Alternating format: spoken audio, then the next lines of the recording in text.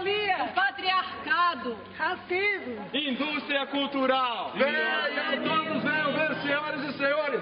Vai começar a peça contra quê? Contra quem? Contra o que se luta hoje? Contra quem lutamos hoje? Nós, militantes de movimentos sociais, da educação do campo, trabalhadoras e trabalhadores rurais. Afinal, qual é o problema? Esse é o nosso tema de pesquisa, senhoras e senhores. Venham todos, estudantes, professores, funcionários, seguranças. Venham todos, venham ver. Se organize e lute, vamos se juntar. O Terra Inteira vai se apresentar. Se organize e lute, vamos se juntar. O Terra Inteira vai se apresentar.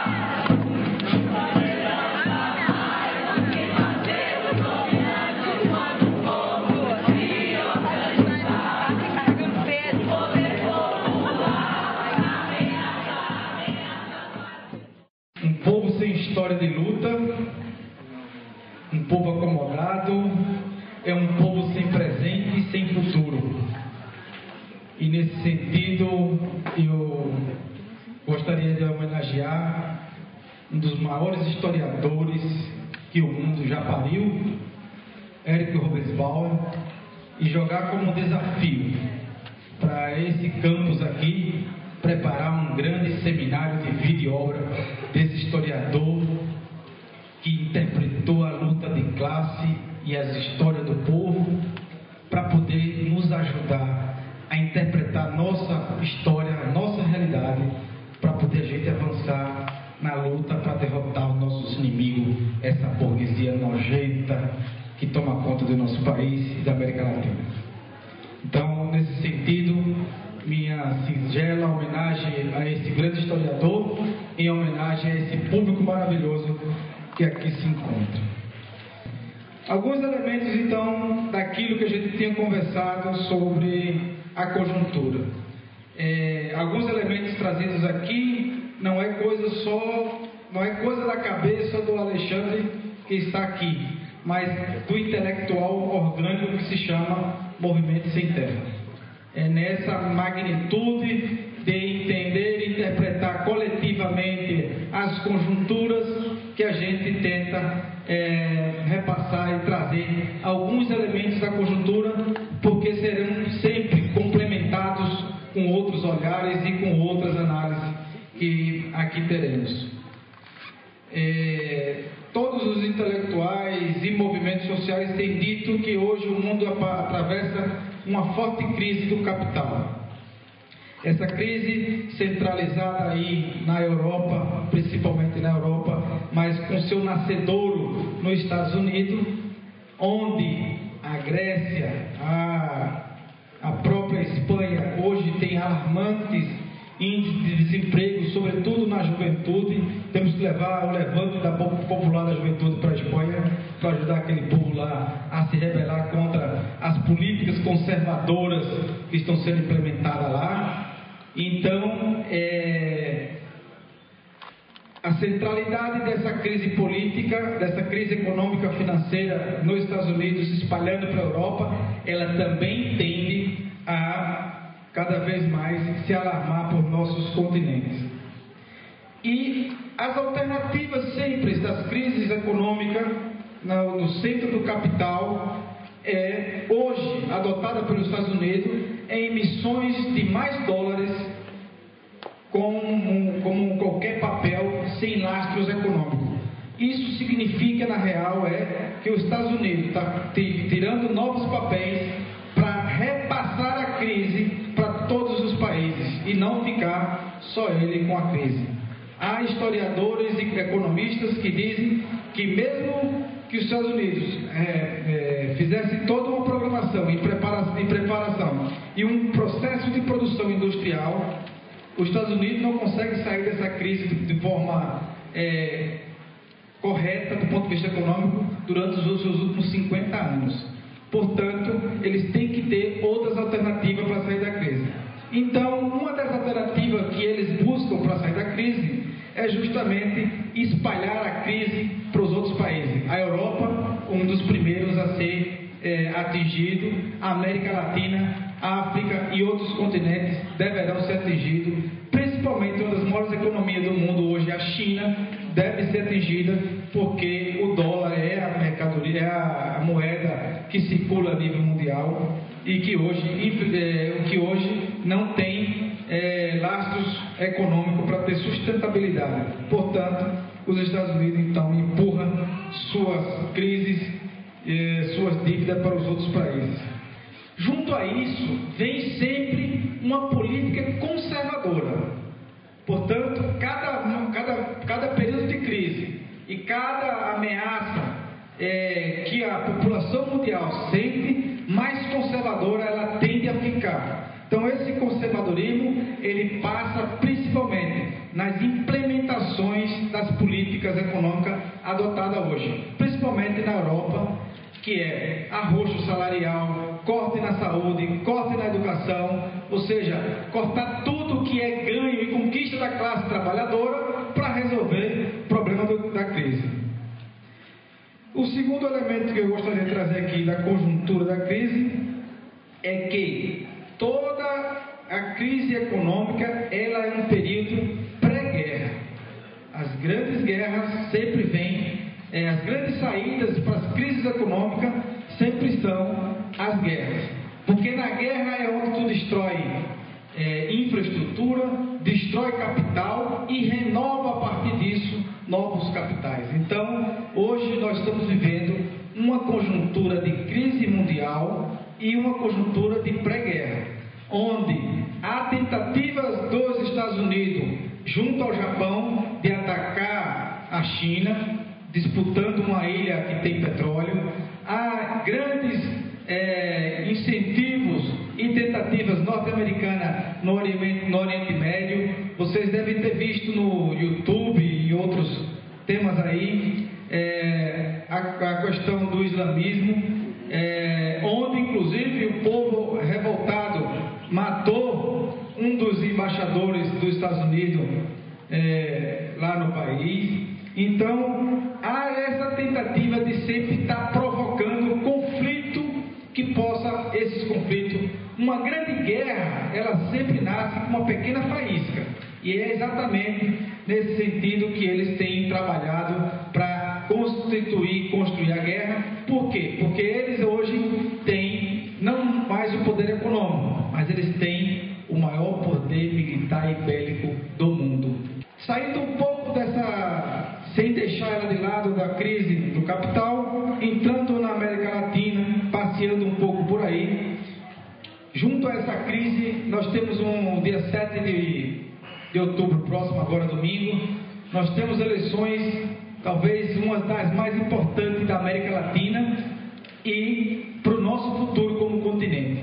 Nós temos, não é as eleições municipais, onde a gente vai eleger prefeito, como a gente viu ontem no TSE, tem mais de 330 municípios que só tem um prefeito, que um único voto ele pode ser eleito. Então essa democracia falsa brasileira não representa o povo brasileiro, porque só as eleições não mudará e não trará ao povo brasileiro as conquistas e as mudanças que nós desejamos, porque nós já deveríamos estar cansados da representatividade. Nós temos que fazer uma grande luta para nós mesmos ser os nossos representantes na política e naquilo que a gente deseja e quer. Então eu estou trazendo presente não essas eleições municipais, mas sim as eleições da Venezuela. As eleições da Venezuela, ela tem um significado muito grande para a classe trabalhadora e principalmente para o enfrentamento da crise do capital internacional e o enfrentamento da política, da doutrina Bush, Obama e companhia limitada do tio Sam. E o que está em jogo nessas eleições? Pela passagem que nós tivemos na Venezuela, em 2002, em 98, o presidente ganhou as primeiras eleições. Em 2002, ele preparou a lei de terra. Na lei de terra da Venezuela, dá direito a todos os camponeses a ter terra, a fazer reforma agrária, a crédito e a construção de habitação rural. Na lei de terra, garante que os trabalhadores rurais possam ter acesso a terras que antes eram dele e que tinham sido ocupadas então pelo latifúndio, o chamado aqui no Brasil de grileiros. Então muitos se organizaram e foram tomar suas terras porque era uma lei nacional e na Constituinte. Na lei de terra que está na Constituinte também tem um texto que é fundamental, que inclusive no Brasil não tem nem sequer nos documentos oficiais do governo, que é a garantia, a reforma agrária para a garantia da soberania alimentar, que é muito maior do que a segurança alimentar. A segurança alimentar, eu posso comprar tudo que é arroz da Cargill e dar o arroz para o povo, como faz os Estados Unidos quando ataca um território, que ataca, depois joga em cima do avião aqueles fardos de arroz da Cargill, para que o povo possa minimamente se manter vivo. Então, nas eleições, na lei de terra da Venezuela, tem a garantia na Constituição de que a soberania alimentar e não os transgênicos é um ponto fundamental. E por que está em jogo isso? Porque a direita venezuelana, a direita latino-americana quer e deseja acabar com esse direito adquirido da classe camponesa na Venezuela. O que é que está em jogo lá? Faz uns 3 meses eles lançaram, na hora em que vem a crise e de que o conservadorismo tomou conta dos economistas na Europa e nos Estados Unidos, na Venezuela se constituiu e está na Constituição a nova lei do trabalho, onde essa lei do trabalho garante para o camponês 13º, férias, o tempo maternidade, garante hora extra para o camponês. Estou falando do camponês. Para a cidade, eles garantem 6 meses de licença maternidade e 2 meses para 40 dias para 6 meses para a mulher, 40 dias para o homem. Na lei e na Constituição tem a garantia de que nenhum serviço público vai ser através de contratação de empresa, como é que chama? Terceirizado. Lá é proibido a terceirização, uma das bandeiras principais de luta. As 40 horas semanais estão garantidas. Então a classe trabalhadora dá avanços importantes e, portanto, é perigoso para que o capital internacional e o imperialismo deixe que esse capital, que essa Constituição avance. Tem em risco o controle do maior produtor de petróleo hoje do mundo. Os gringos estão de olho no pré-sal e na faixa do Orinoco da Venezuela. Outro elemento da conjuntura latino-americana é isso que o Chile tem feito.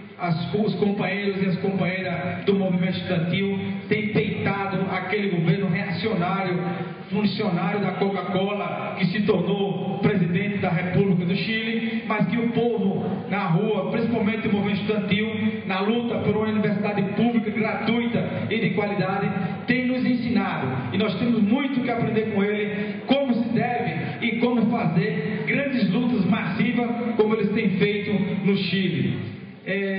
No Paraguai também, um outro grande elemento, apesar do fracionamento dos movimentos de esquerda, mas no Paraguai ali ocorreu um golpe orquestrado e implementado pelos Estados Unidos e pelas transnacionais do agronegócio, que tenta inclusive desestabilizar e fazer a retomada do território brasileiro para poder produzir commodities agrícolas. Então, companheiros e companheiras, do modo geral da crise e de alguns elementos da conjuntura latino-americana, eu vou deixando isso mais para trás e vou me adentrar agora rapidamente só na questão da luta pela terra e da reforma agrária. O modelo, que é isso, já foi debatido aqui, de vez em quando a gente fica repetindo as palavras dos intelectuais, né? Então eu vou fazer a mesma coisa aqui, vou repetir. O tal modelo neodesenvolvimentista. neodesenvolvimentista, a doutrina assumida e carimbada e implementada pelo governo Dilma. O que para a reforma agrária significa esse modelo? Para a reforma agrária significa fortalecimento do agronegócio, produção de commodities agrícola, ou seja, de mercadoria no campo e de mercadoria minerais para mandar para fora, para mandar para os Estados Unidos, para mandar para o Japão. Nós mandamos milhares e milhares de toneladas por dia de minério de ferro e compramos as bugigangazinhas de bosta que vende nessa loja de R$ 1,99 e achando que estamos comprando a maior coisa do mundo.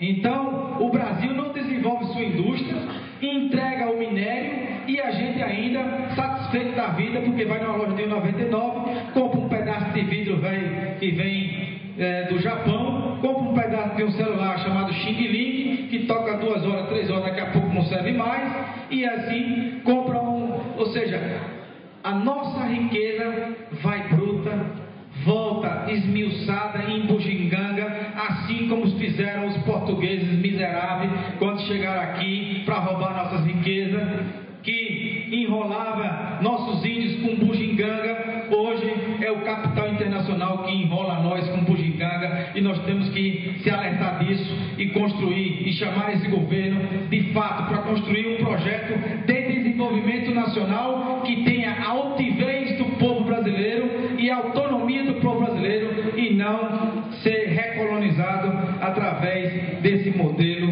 que o agronegócio tenta todo dia levar o nosso açúcar, como levaram no passado, levar o nosso óleo de soja, como levaram e estão levando no passado, levar o nosso minério e levar as nossas riquezas naturais, as nossas espécies naturais, que inclusive muitas delas ainda não catalogadas, eles estão levando para depois nos transformar em bugiganga, em medicina, em medicamento, em tantas outras coisas, e nos vender a preço de ouro. Então, esse modelo aí, adotado pelo governo e pelo Estado brasileiro, diga-se de passagem que não é só o governo, mas o Estado brasileiro, a burguesia brasileira, os meios de comunicação,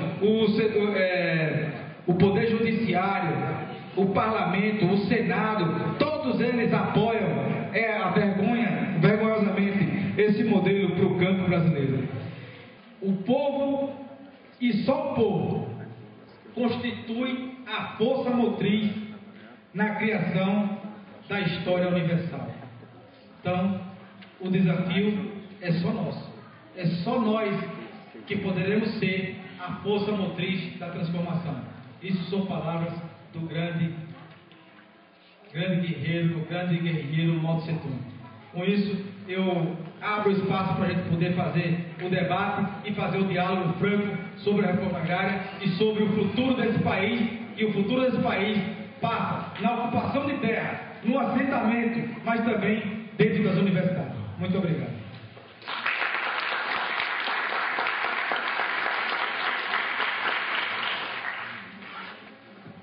Bom, eu sou do Levante Popular da Juventude e eu acho que talvez a primeira pergunta que a gente faz quando a gente pensa no Levante é o que é a juventude hoje. E eu acho que ela ajuda, inclusive, nesse processo da gente entender as conexões entre o campo e a cidade. Porque eu tenho a sensação que muitas vezes a juventude do campo e da cidade ela tem muitos aspectos que se assemelham, apesar de ter diferenças, né? A gente viu aqui na mística assim, muitas diferenças, mas eu acho que tem muita coisa muito parecida na juventude, de todos os lugares. E eu acho que é um pouco a isso também que o Levante ele surge por isso, para tentar responder um pouco a essa questão também. Será que a gente, jovem, eu lá de São Paulo, assim, nascida, criada, vivi a vida inteira no meio daquela cidade louca, e vocês que têm outra experiência de vida completamente diferente, será que a gente não tem coisas em comum?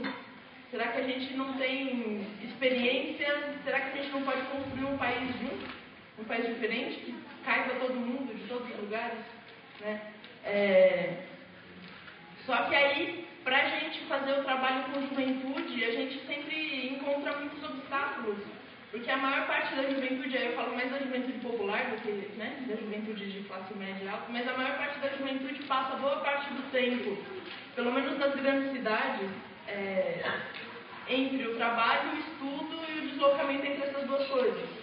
Em São Paulo não é raro pessoas que gastam 4, 5 horas de transporte público por dia. Você passa lá 2 horas para ir para o trabalho, aí depois você vai do trabalho para a faculdade, depois você vai da faculdade para casa, e aí você acorda todo dia às 5 da manhã e vai dormir meia-noite. Né? E, enfim, falta um pouco de tempo de vida para o resto das coisas. E essa situação da juventude dentro dos grandes centros urbanos, ela torna também muito difícil a própria organização dessa juventude. Só que a juventude não deixa de se organizar, né? A gente percebe em muitos lugares a juventude se organizando. Por exemplo, na religião. Tem muito grupo de jovens, muita igreja diferente, tem umas coisas muito loucas que surgem aí, umas igrejas com umas propostas diferentes, que abarcam um monte de coisa, enfim. Mas não é só na religião que a juventude se organiza. Eu acho que um grande potencial também da organização da juventude é na cultura, né? É através dos movimentos culturais. Por exemplo, o movimento hip hop. Ou lá em São Paulo a gente tem uma experiência muito legal com os saraus na periferia. Um movimento lá da literatura marginal e tal, da literatura periférica. E os saraus na periferia, eles têm assumido, assim, inclusive, eles estão sendo tão perigosos que eles estão sendo combatidos pela prefeitura municipal, que está fechando vários lugares que os sarais ocorrem.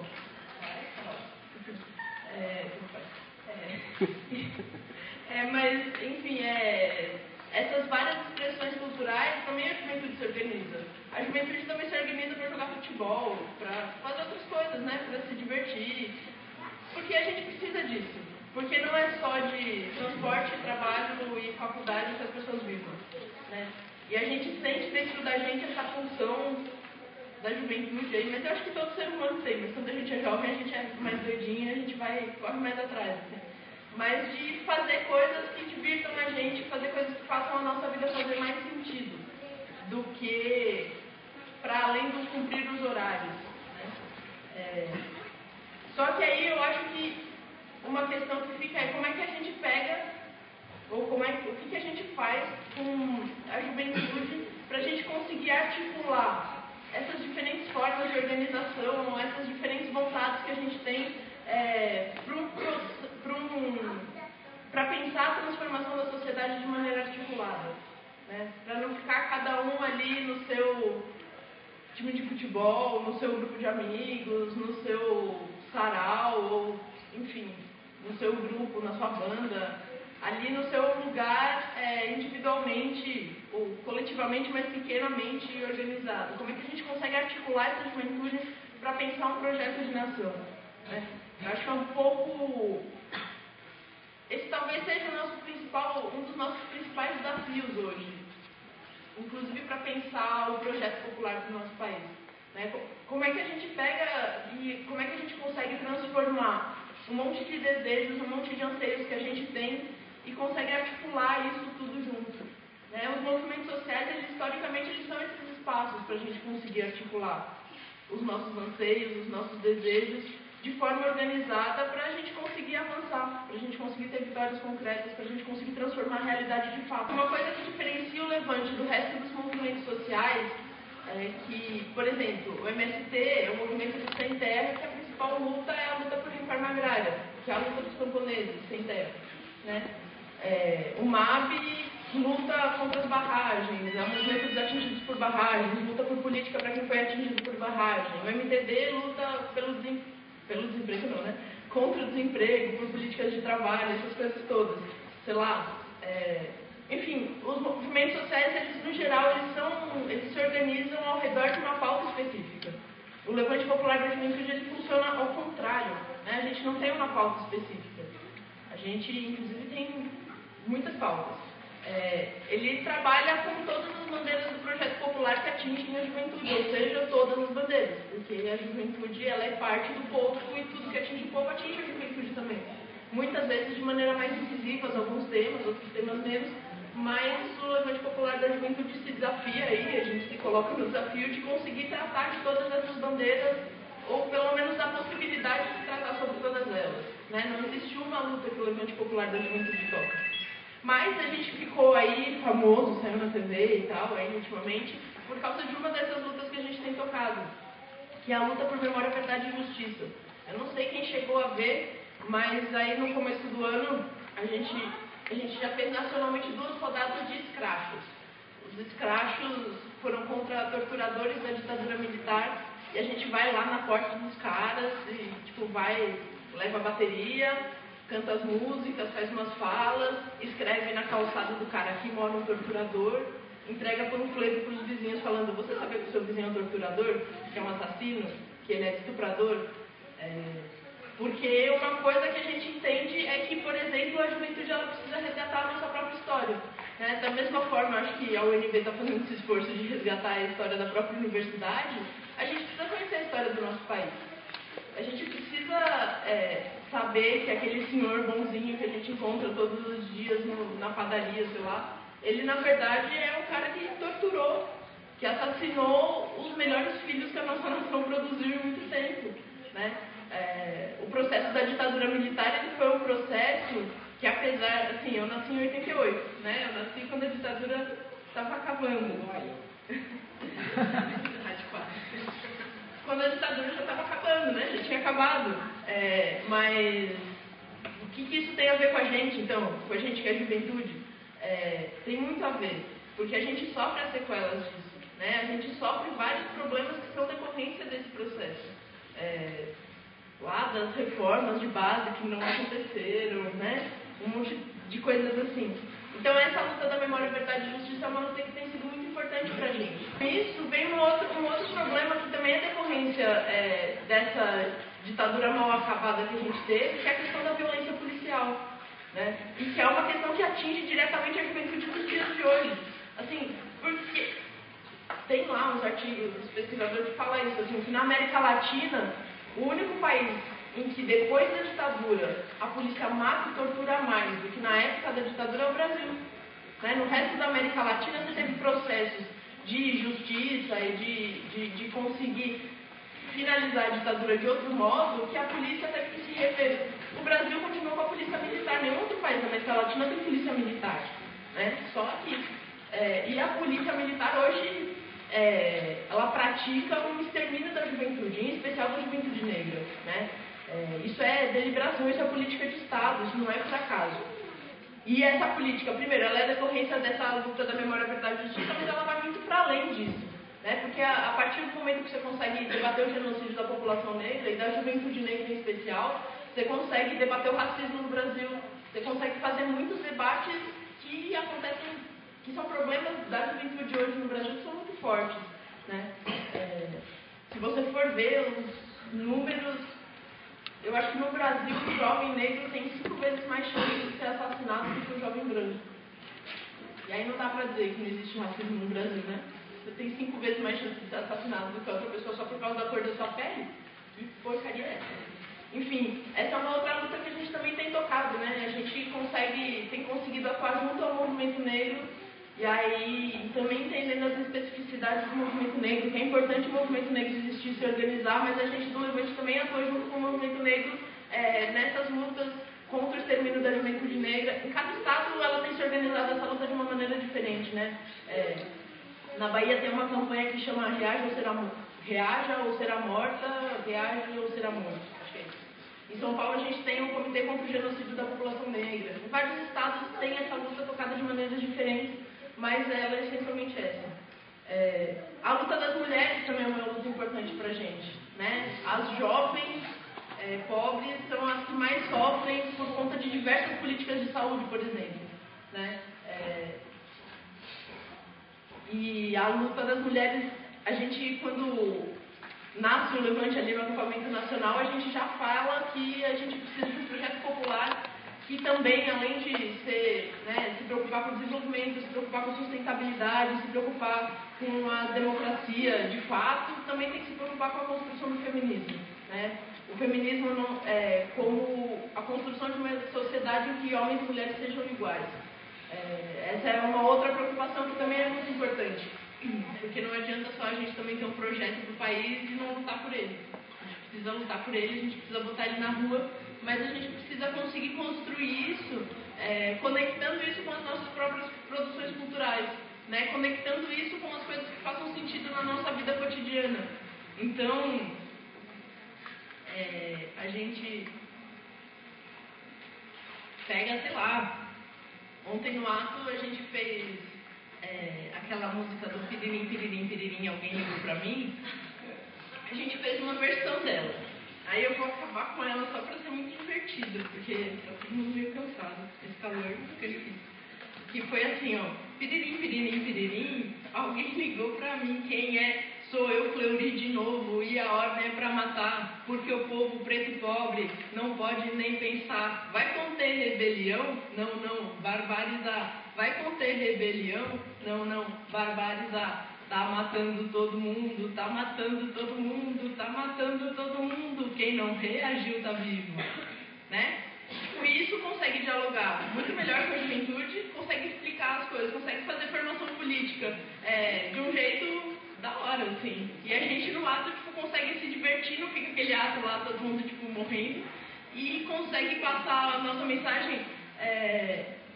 E eu acho que a gente consegue fazer com que a própria luta faça sentido pra gente.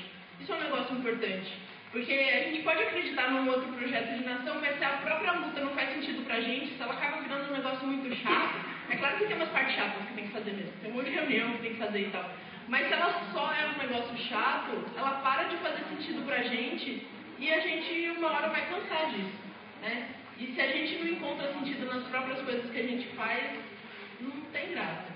E aí eu acho que um pouco desse desafio, e por isso que a gente usa muito dessa irreverência, dessas piadas e tal, porque eu acho que isso faz a nossa vida fazer mais sentido, faz a luta fazer mais sentido e faz de fato a gente conseguir construir esse projeto na prática, né? Porque, sei lá, o Brasil popular tem que ter espaço pra gente cantar música e fazer piada, sabe? Tem que ter espaço pra gente se divertir.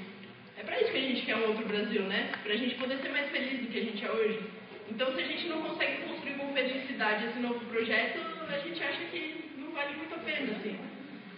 Bom, sei lá, aí depois a gente vai trocar ideia e tal, tô aqui, vou ficar aqui até meia-noite, tô à disposição. Acho que tem muita coisa que dá pra construir aí, muita parceria, tamo aí a gente conversa mais depois, é isso, obrigada. O público se desfez. Lá fora, os grupinhos e os comentários. E aí, gostaram do espetáculo? Sim. Mas achei muito triste. Foi dramático demais. Muito violento. As elegantes senhoras, os distintos cavalheiros, acharam pesado meu texto. Ficaram compadecidos, engasgados, emoção rasgada em choro diante da ensaiada cena. Agora, sou eu que estou perplexa com a alusiva crítica ao episódio. Pois os meninos maltrapilhos que cheiravam cola enquanto disputavam o resto de um marmitex são filhos de comerciantes. Fazem teatro numa escola de arte.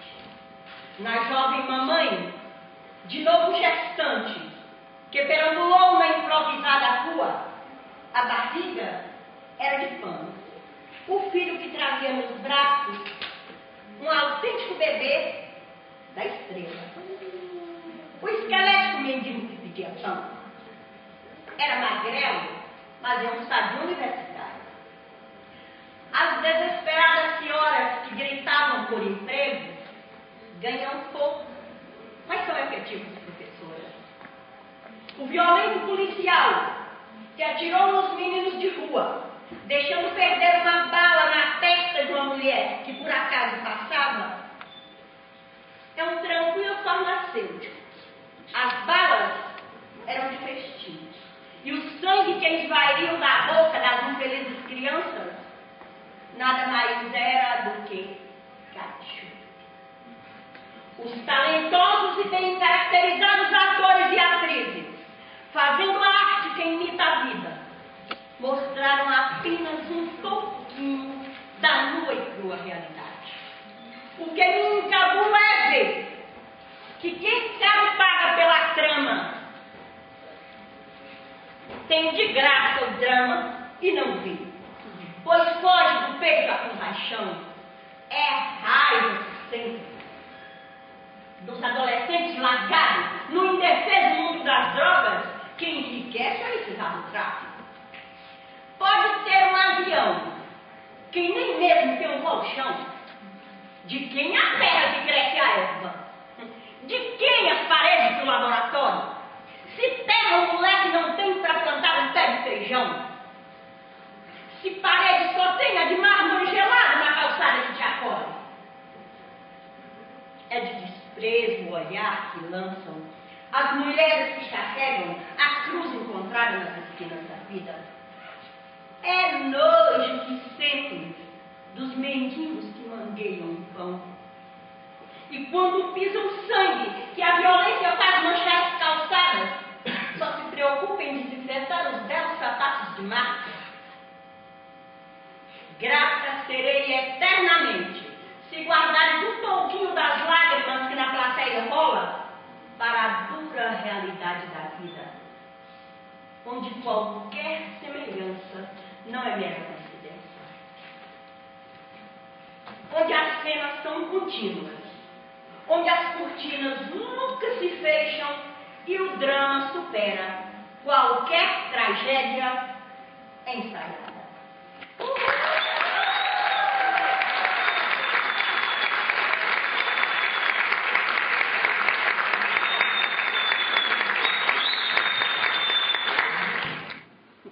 Eu acho que a educação popular a gente poderia trazer desde o período em que a população e o Brasil reagiu à escravidão, reagiu à monarquia e, portanto, no século XIX nós temos ações objetivas de uma reação a essa instalação que se fazia do poder, instituído e proposto pelo colonizador, e que, na verdade, essa reação resultou na chamada independência parcial do dia 7 de setembro, mas a independência real no dia 2 de julho de 1823, quando houve uma guerrilha urbana em Salvador que permitiu, de fato, a consolidação da independência brasileira. Da mesma forma, em 89 e 88, nós temos uma conjugação aí de duas grandes lutas, que é a do abolicionismo com a República. E até hoje nós estamos nessa luta. Ou seja, ela começou lá e ela vai tendo cenários diferentes, mas na verdade estamos continuando na luta contra a escravidão, de várias formas hoje sutis, e tentando construir a República dentro de um propósito que vença, os coronelismos, os clientelismos, os patrimonialismos que ficam ainda embutidos, na nossa cultura política. E aí, não trazendo de tão longe, mas marcando que a educação popular, do meu ponto de vista, ela se consolida enquanto conceito, enquanto prática, enquanto proposta, de fato, no período de 60 a 64. E nesse período, eu queria só lembrar que aqui hoje a gente não tem a possibilidade, mas todo esse acervo histórico, de 60 a 64 está disponível no portal dos Fóruns de EJA, numa categoria lá chamada Educação Popular, coordenada pelo professor Osmar Fávero, e que tem lá toda a documentação que pode comprovar as iniciativas de educação popular com cultura popular, porque eram conceitos muito próximos que estavam ali sendo tratados e que nessa dimensão vocês podem depois aprofundar. E eu vou aqui só passar um pouco do que está lá para termos uma ideia, até de certa forma, cronológica. Primeiro que o movimento de cultura popular, ele é um movimento de cultura popular de iniciativa da Prefeitura de Recife, onde o prefeito era Miguel Arraes, e onde esse movimento se instalou numa perspectiva educativa. Então, é um conceito de cultura que muda as pessoas. Não é um conceito de cultura de artefatos prontos, expostos, né, ao gosto de quem vê. Mas era uma cultura popular que embutia nesse processo a transformação das pessoas que estavam ali naquele processo, realizando a marca e a identidade brasileira. E para muitos, né, é estranho que este movimento tivesse um estatuto. Então já aqui vem uma questão, né, de como que a RAI e o movimento de cultura popular naquele momento, com muita participação dos estudantes, né, dentro de uma perspectiva de luta camponesa e, no caso, né, também no urbano, tiveram o estatuto. E ali vem o estatuto como uma forma de captação de recursos, né? Então, acho que é só para colocar aqui o grau de autonomia, né, que se colocava à época e como que também havia uma certa tentativa, né, de preservar o movimento dentro do contexto de 60. Estou até com esse estatuto aqui, mas eu não vou ler não, por causa do nosso tempo. Esse estatuto foi assinado, inclusive, por Paulo Freire também. Em 61, e muito próximo, então, ali de Recife, nós tivemos a iniciativa em Natal, com o primeiro prefeito comunista do Nordeste, Djalma Maranhão, que desenvolveu, dentro de uma perspectiva da educação popular, a campanha, chamada campanha, mas na verdade dentro de um sistema municipal de educação, que foi o de pé no chão também se aprende a ler. Esse movimento, ele tinha uma base forte, né, em Natal, e resultou mais adiante numa conexão com Paulo Freire, com a perspectiva de Paulo Freire, mas ele não nasceu já dentro da proposta de Paulo Freire. E que é importante perceber que esse de pé no chão também se aprende a ler, já era um contraponto ao reconhecimento de que o saber não dependia das formalidades, naquele momento onde quem não tivesse farda, né, farda mesmo, o nome era esse, não podia ir para a escola. E se não tivesse sapato, também não podia ir. Então tem um significado aí de ir ao povo, né, e trazer esse povo à compreensão e ao acesso ao conhecimento, né, tentando contrapor aos formalismos. Também em 61, a União Nacional dos Estudantes propõe o CPC, Centro Popular de Cultura, que foi a grande incubadora, né, grande laboratório, grande lugar de tensão, onde todo esse processo mais adiante, né, trazido pelo teatro do oprimido, pelas possibilidades de literatura, né, que respondessem às questões brasileiras de identidade, fossem de fato aí cultivadas em várias linguagens. E esse CPC foi conduzido de forma itinerante pela UNE e até hoje temos, né, pessoas que foram formadas dentro desse CPC e estão até hoje atuando, outros já se foram. Também em 61, e aí dentro de uma aliança com a Igreja Católica, nasce um movimento de educação de base. Esse movimento de educação de base, com uma perspectiva, né, inicialmente de alfabetização via rádio e, portanto, à distância, era também um movimento que incorporava o lado progressista da Igreja. E esse lado progressista da Igreja foi realmente completamente retirado, ainda que o MEB tenha sobrevivido institucionalmente até hoje. Eu estou passando assim rápido, depois no debate, se alguém quiser mais algumas informações, a gente pode estar trocando. O que é interessante no MEB, né, no momento de educação de base, é dizer que essa educação popular, pela via da Igreja, com recurso público, tensionava, sim, naquele momento, os que entendiam que a educação não poderia ser dentro de uma perspectiva religiosa, muito menos financiada para uma certa religião. E isso faz com que a discussão que já vinha, né, na LDB, e que em muitos momentos justificou a perseguição de Anísio Teixeira, já desde o Manifesto dos Pioneiros, né, de 32, reacendesse questões que dizem respeito ao ensino laico do Estado. Acho que esse é um ponto para a gente ainda pensar sobre isso, porque isso também ainda não foi totalmente resolvido. E temos aqui também a campanha de educação popular de 72, que é exatamente da Paraíba, num contraponto, né, da perspectiva que se tinha da igreja, né, mais conservadora, aí também com o apoio da igreja no sentido progressista, mas mais que isso, com sindicatos rurais e conexão com as ligas camponesas que tinham a opção sim de luta armada.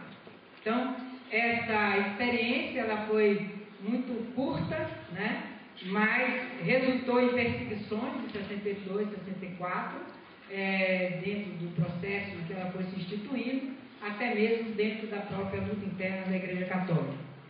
E, por fim, Angicos, e que Paulo Freire fez a sua primeira grande experiência com trabalhadores rurais e camponeses. E está também nesse portal uma entrevista muito importante do Marcos Guerra, onde ele coloca claramente a experiência surpreendendo os latifundiários, inclusive o governador do Rio Grande do Norte, que encomendou a Paulo Freire essa experiência em Angicos. Então, acredito que não dá no Brasil para pensar educação popular sem pensar questão agrária.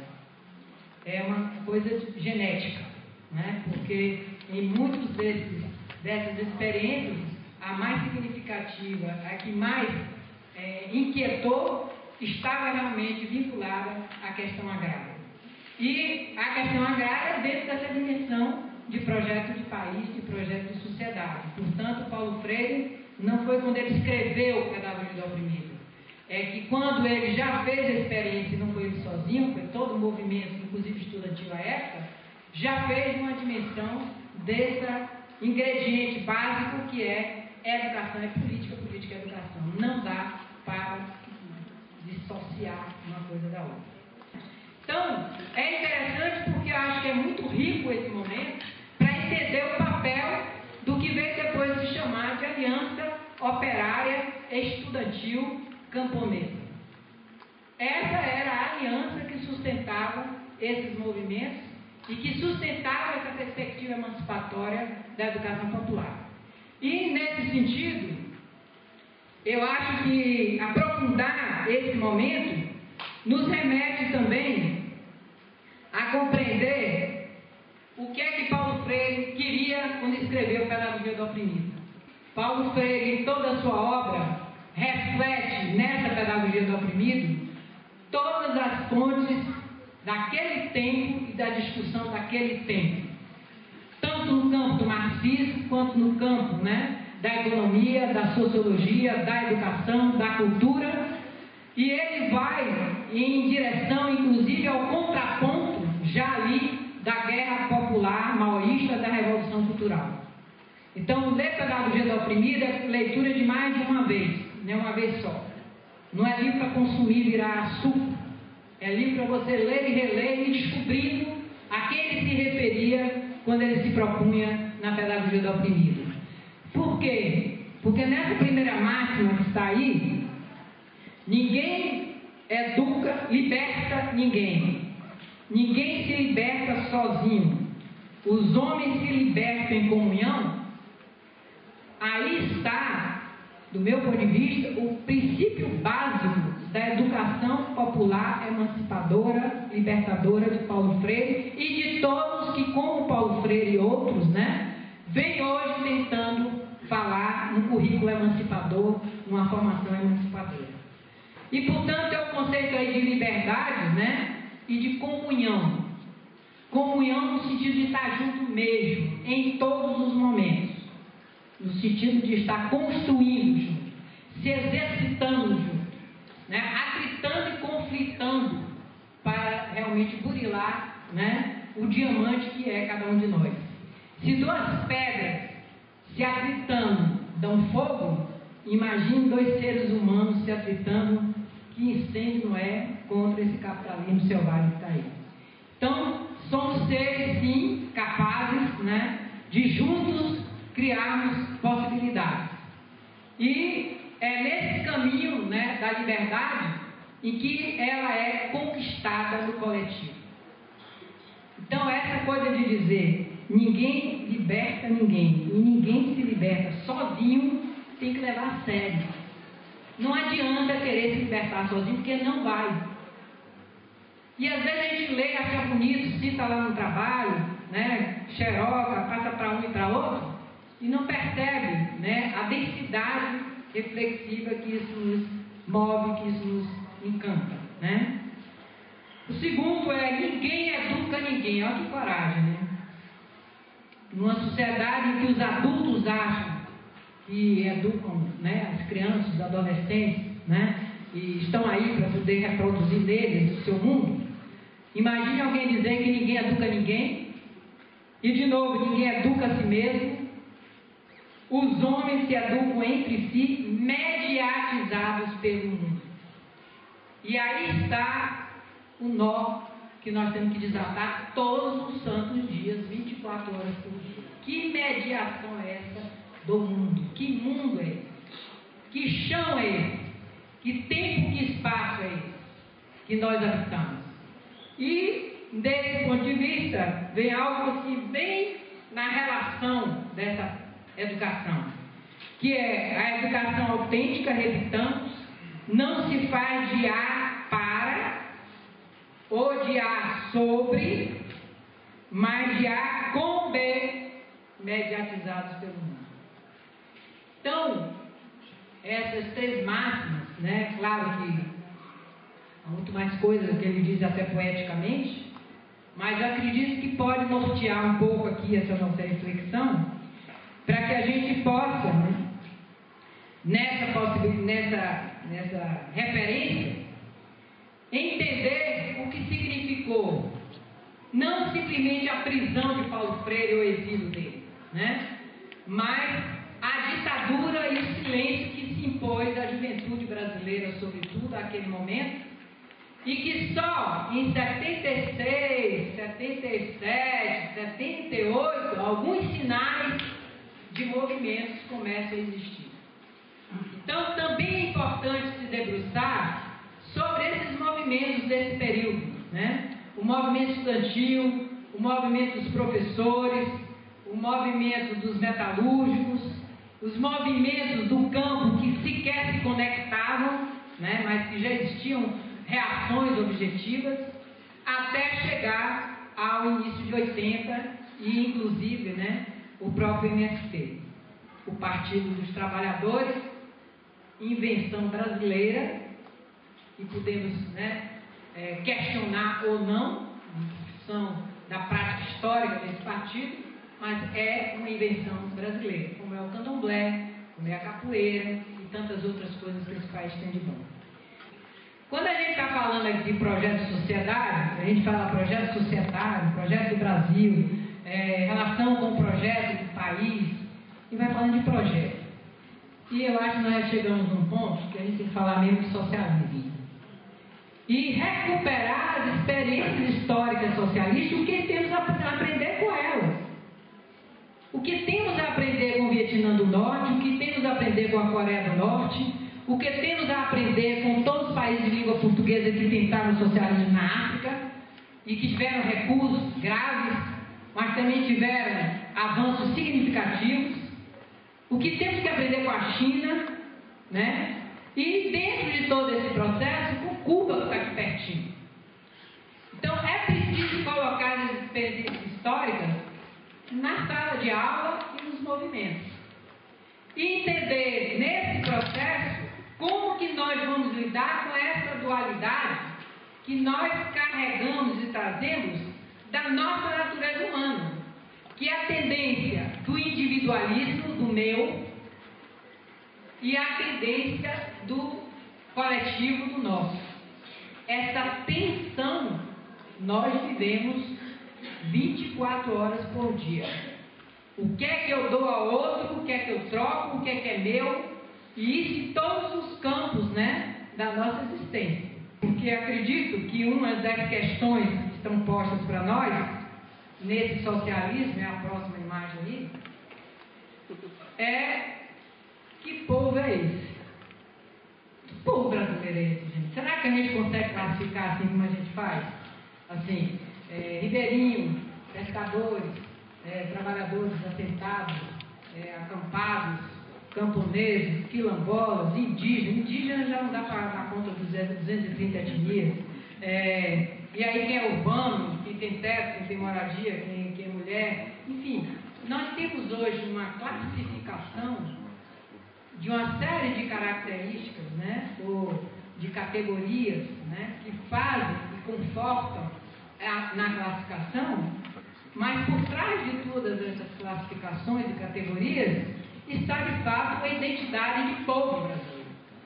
E aí não no sentido da identidade universal, né, no sentido de que não temos diferenças. Nós temos profundas diferenças. Mas nós temos uma coisa que está entre nós, que é exatamente o fato de ser um povo, e aí por isso a educação popular, que precisa assumir sua história conhecendo o seu lugar. E aí, nesse sentido, eu creio que o desafio dessa resposta é, de um lado, que avançamos muito significativamente, do meu ponto de vista, nesses últimos 15 anos, na identidade das diversidades nossas. Nós hoje temos vozes quilombolas falando sem precisar nenhum antropólogo para interpretá-los. E a despeito que os antropólogos podem auxiliá-los na interpretação. Mas as vozes estão aí, escritas, cantadas, né, gestuais, de várias formas, estão se comunicando, e vocês também estão aqui, na universidade. E, portanto, avançamos nessas identidades todas. Mas requeremos isso que foi colocado, que para mim é a grande saudação desse momento, que é o encontro unitário. Estamos atrasados em unir essa diversidade num propósito que é de construir na diversidade a estratégia de construção do socialismo brasileiro. Então, há aí uma questão que é origem de classe e posição de classe. Isso aqui eu não estou dizendo a primeira vez nessa casa, não, mas quero só recordar. A origem de classe, ainda que seja, né, de alguém que vem numa condição material desfavorável, não garante que tenha posição de transformação da sociedade. E por isso, Marx e tantos outros, Lenin e tantos outros, falavam do chamado conscientização, que não era a expressão de Marx, né, veio de Paulo Freire e de outros brasileiros, que surpreendeu o mundo, mas no sentido de que eu só vou assumir minha posição de classe trabalhadora se eu me der conta de quem eu sou e que contradições eu vivo. O fato de nascer, na verdade, com condições materiais desfavoráveis, não garante a perspectiva socialista. E o inverso é verdadeiro. Você pode nascer numa classe média, sem nunca ter passado fome, sem nunca ter passado dificuldades, e por motivações religiosas, e no Brasil é muito forte a motivação religiosa de jovens da classe média, ainda é bastante forte, ou motivações éticas, morais, vai e adere à luta da classe trabalhadora, o que Paulo Freire e tantos outros chamam de suicídio de classe. Então, é muito importante essa compreensão para que a gente possa entender aonde está no povo brasileiro o real conflito entre capital e trabalho na perspectiva, né, da luta dos trabalhadores. Nós temos uma raiz coletiva muito forte, antes mesmo daquela que foi identificada nos tempos modernos, né, e na condição da indústria, quando todos os trabalhadores vivem a mesma situação de explorados. Antes disso, nas nossas raízes, nós temos muito mutirão, muita gente querendo ajudar o outro. Claro que umas competiçõezinhas, uns ciúmes acolá, uns tiros aqui e acolá, né? Todos sabemos disso, estamos em plenas eleições municipais, e isso vai estar acontecendo no Brasil, mas nós temos uma base comunitária. E é importante que a gente estude, leia, compreenda que esses são momentos de estar juntos. E no momento de estar juntos, de criar vínculos, de criar linguagem, de criar identidade. E, nesse aspecto, essa diversidade desse povo todo aí é para fazer o socialismo brasileiro com muita alegria, com muita coisa na rua, com muito samba, catimbó, carimbó. O catimbó e carimbó é uma mudança de letra, mas para muita gente é macumba, né? Mas tem a ver com a nossa maneira de estar lidando com as manifestações brasileiras. Então, esse sentido, né, de nós retomarmos a diversidade, a desigualdade de classe, a perspectiva, né, das práticas coletivas e essa visão de como vamos instituir um Estado diferenciado que possa servir à sociedade. Se os movimentos que habitam a universidade hoje não fizerem dela um lugar da disputa do capital e do trabalho aqui dentro, porque a oportunidade que se tem não é lá fora que vamos fazer. E essa universidade está vivendo esta contradição. Podemos ter uma universidade privatizada ou não, dependendo de como a gente se movimente. Professores, estudantes, movimentos sociais, técnicos administrativos na UNB nos seus 50 anos. Para que ela realmente dê o salto que ela precisa para dar a resposta que a gente está buscando aqui.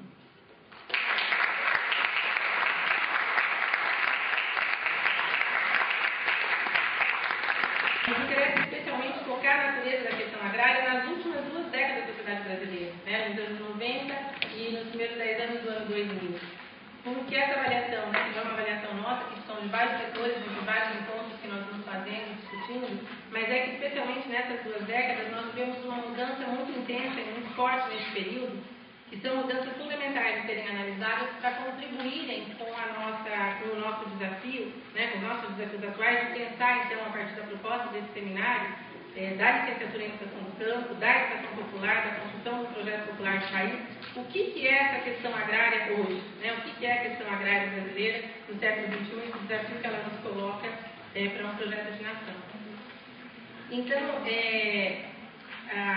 o principal fator que vários autores vêm trabalhando, discutindo e nos ajudando a entender isso, que, na verdade, para pensar esse processo de mudança da agricultura, não tem como pensar isso separado dos alguns elementos que o Alexandre já trouxe hoje, da crise estrutural do capital, mas, na verdade, é uma grande ideia simples, né, que vai ressignificar a localização da agricultura no projeto mundial, é o que o Mesari, o Chesnay, o Rabi, vários autores têm trabalhado com a mundialização do capital, né? Então, houve, nesse período de mundialização do capital, que vários autores colocam, aqui há um rearranjo, uma reorganização profunda dos interesses geopolíticos.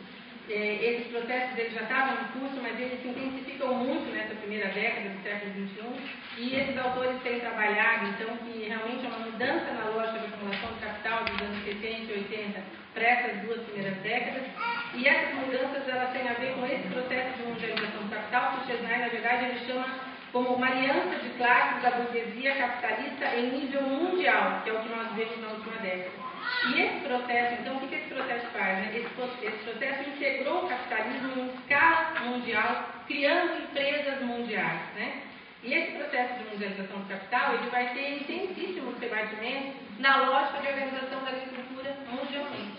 E que vai debater em todas as nações, que vai debater muito fortemente na questão agrária brasileira. No interior desse processo de mundialização de neoliberalismo, a agricultura, que antes baseava-se na produção camponesa, sustentada por fortes subsídios agrícolas, na Revolução Verde, na agroquímica, nos estoques governamentais, passou a conhecer um profundo processo de mudança.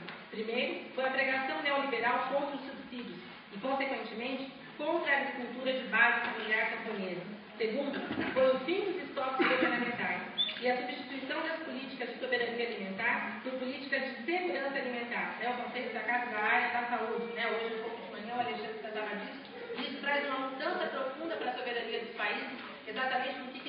controlar o estoque de alimentos das nações, não é mais o Estado, mas o mercado. Né? O mercado passa a ser o único e grande regulador dos estoques.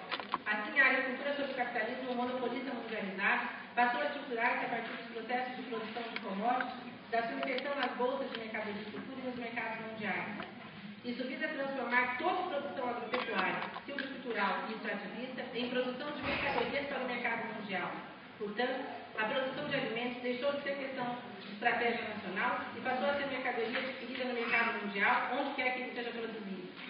E a questão, então, a grande questão e o grande desafio que isso nos coloca a todos, né, é que exatamente essa lógica de produção, né, essa lógica da produção de alimentos como commodities, ela exige um processo cada vez mais intenso, cada vez mais rápido, cada vez mais veloz da destruição ambiental, da concentração das terras, da implantação desses monocultivos e da verticalização desses monocultivos, né?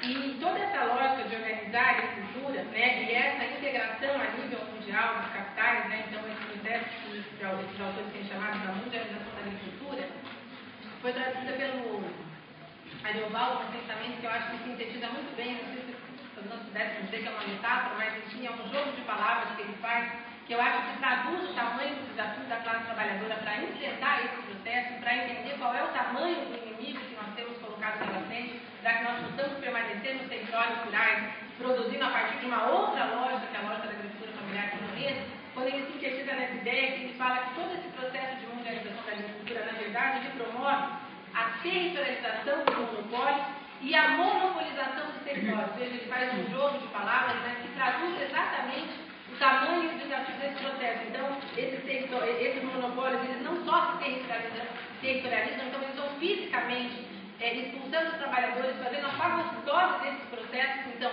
todos os sujeitos que estão no campo e que estão com impeditiva lógica da reprodução do capital nessa perspectiva, né, do capital mundializado, então, que sujeitos são esses? Os sujeitos que representam uma outra lógica da agricultura, e vários deles estão aqui, né? Então, os quilombolas, os agricultores familiares, os assentários, os ribeirinhos, os pescadores artesanais, todos aqueles que têm uma lógica de produção territorial, que não visa prioritariamente o lucro, o que significa para esse projeto do capital? Significa território mobilizado para a sua lógica de reprodução. E, portanto, tirar esses sujeitos a uma posição sine qua non para conquistar novos territórios para essa lógica de acumulação, né? E aí o nosso desafio é pensar que medida a gente enfrenta essa centralização dos monopólios e essa monopolização dos territórios, porque essa é outra ideia, quer dizer, eles não só se apropriam, como eles subordinam aqueles agricultores que conseguem resistir, também acabam sendo subordinados pela lógica da semente, pela lógica de comercialização, pela lógica do que eram antes aparatos públicos, por exemplo, produzir café, você não tem como armazenar, se você está num setor que não é a lógica do agronegócio, naquele setor produzir café, porque não tem mais espaço de armazenamento, porque você não tem mais as estruturas de comercialização, ou seja, eles foram se apropriando dos serviços do Estado, eles foram monopolizando esses territórios e colocando todas essas diferentes etapas do processo da produção agrícola a serviço da lógica da acumulação e da produção do capital, né? Então, esse processo de fagocitose, ele é muito intenso, né? E é sobre ele que a gente tem que pensar, e é sobre ele que a gente tem que pensar como é que a gente constrói estratégias e que educação que pode contribuir para que o sujeito permaneça no seu território, porque ele é muito forte, muito avassalador. Se o educador do campo não entender e não dominar a disputa de projetos, de modelos de desenvolvimento no campo, é aquilo que a gente dizia nos livros primeiros da licenciatura e extensão, ele não pode formar, ele não pode ser habilitado como licenciado em educação do campo. Porque isso é estruturante da atuação, né? É entender e ver em que perspectiva e como é que ele se coloca e que tipo de educação que ele constrói nas suas práticas que ajudem os sujeitos a permanecer nesse território. E a gente tem entendido, discutido no FUNEC, em vários espaços, então, que seriam, na verdade, três tarefas simultâneas, três desafios simultâneos que uma concepção de educação deveria materializar, né? Que seria contribuir para a resistência à expulsão dos projetos do grande capital para os sujeitos do campo, e aí não é, né? Aí entra a questão da mineração, entra a questão do hidronegócio, não é questão só da produção agropecuária, é toda essa lógica que é absolutamente articulada, né? Ajudar a conquistar novos territórios e construir projetos emancipados nesses territórios. Então, na verdade, o nosso desafio, a nossa tarefa é construir uma perspectiva, uma prática educativa, ter um horizonte de formação de educadores que sejam capazes, no horizonte de curto, médio e longo prazo, desenvolver essa tarefa. Porque a gente não pode pode ser ingênuo de achar que essa luta é pequena. Né? Hoje foi bem importante, o Alexandre colocou, né? A gente está animado, fez um encontro unitário, e agora vão ter novas jornadas de luta, mas assim, o inimigo é grande. A tarefa é grande. E que o que nós estamos tentando trabalhar é que, na verdade, a educação do campo, ela está sendo entendida, né, como uma ressignificação da educação popular, e que ela busca honrar duas ou três grandes dimensões da educação popular, que é, primeiro, afirmar com todas as letras que é impossível dissociar a educação da política. Né? A educação é um ato político. E educar necessariamente, na perspectiva da educação popular, na perspectiva da educação do campo, é educar pensando na compreensão da realidade, na intervenção sobre ela e na sua transformação. Então, é ter claramente um horizonte histórico de construção de um projeto societário. Né? E a educação do campo, ela vem buscando honrar esses princípios da educação popular e ressignificar alguns desses princípios e dar sequência a uma luta histórica que antecedeu. Né? Eu queria tentar fechar um pouco colocando essas ideias de quais são os desafios e as tarefas da universidade brasileira. Então, especialmente aqui no nosso caso, estamos tentando materializar esse projeto, né? Mas quais são as tarefas concretas que a universidade pode ter, por exemplo, no nosso caso, né, da licenciatura em educação do campo, para ajudar a avançar na construção desse projeto, então, ressignificando muito a sua compreensão do que é a alternância. A gente tem discutido muito na educação do campo, em vários cursos, né, que nós vimos desenvolvendo nesses 15 anos, que não basta a gente ter alguns princípios pedagógicos diferenciados, que não basta a gente ter uma compreensão, por exemplo, da própria agroecologia, né? Se no processo de construção desse conhecimento com esse sujeito mesmo, a gente viu isso em alguns cursos do Conel, inclusive cursos de agronomia, que embora tivesse uma perspectiva transformadora, a sua lógica, a sua prática de formação reproduzia uma prática tradicional. Então, um dos desafios está localizado nos próprios processos de produção do conhecimento que as universidades devem vir a desenvolver com esses sujeitos camponeses que estão nesses cursos de formação.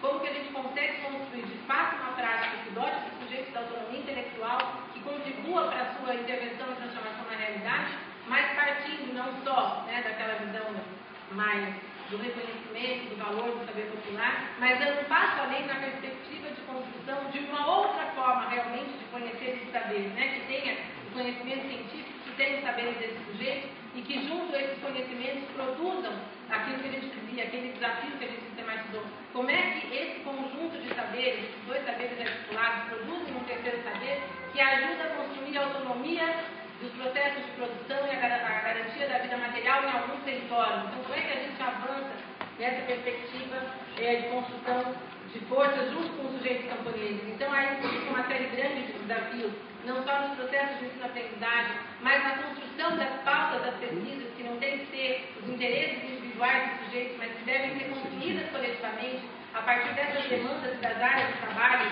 de cada um. Embora essas tendências possam parecer inexoráveis, não consideramos que elas sejam desprovidas de contradição, pois entendemos que a história, como resultado da luta de classes e do confronto permanente e coletivo de posições antagônicas entre capital e trabalho, é um espaço de resistência. Por isso, entendemos que a superação de mais uma crise histórica do capitalismo só se dará por meio do fortalecimento das lutas sociais, da organização da classe trabalhadora e da construção de um projeto de sociedade emancipada, em que a emancipação signifique a socialização da riqueza e o fim de todas as formas de mercantilização da vida. Obrigada.